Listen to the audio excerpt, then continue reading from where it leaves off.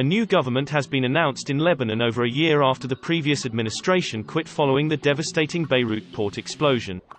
Najib Mikati, Lebanon's richest man, becomes prime minister, a position he has held twice before. His appointment, along with the naming of a new cabinet, ends months of political paralysis. It comes as Lebanon grapples with some of the severest domestic crises it has faced in its history.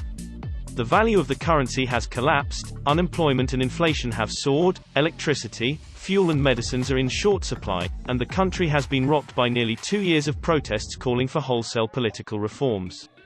Lebanon had been without a proper functioning government since then Prime Minister Hassan Diab resigned days after a massive blast on 4 August 2020 destroyed Beirut port and the surrounding area.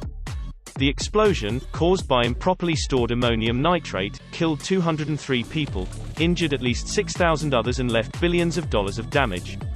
The disaster, coming in the midst of the pandemic, triggered a wave of outrage against the government and Lebanon's political system. Protesters blamed the blast on corruption, incompetence and a system of patronage where jobs are given in return for political support. The event compounded growing anger which had been building since the start of the financial crisis in late 2019. In the last few months alone, the Lebanese currency has lost 90% of its value, while 3/4 of the population are now living below the poverty line. Speaking to the BBC after announcing the new cabinet, Mr. Mikati said one of his first priorities would be to restart talks with the International Monetary Fund to secure a financial rescue package. "You know what a critical situation we are in," he said, noting the growing strain on the education and healthcare sectors, as well as the increasing numbers of people leaving the country.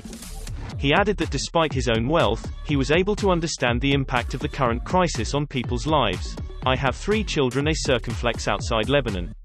So I feel with people. I feel the kind of poverty, the kind of hunger they are in, the fear they have of the future. So this is not just a matter of money or not having money." Lebanon's delicate sectarian power-sharing system had stymied repeated attempts to form a government in the wake of Hassan Diab's resignation. Since the end of the 1975–89 civil war, political power has been delicately balanced between its many sects, with the president a Christian, prime minister a Sunni Muslim and speaker a Shia Muslim.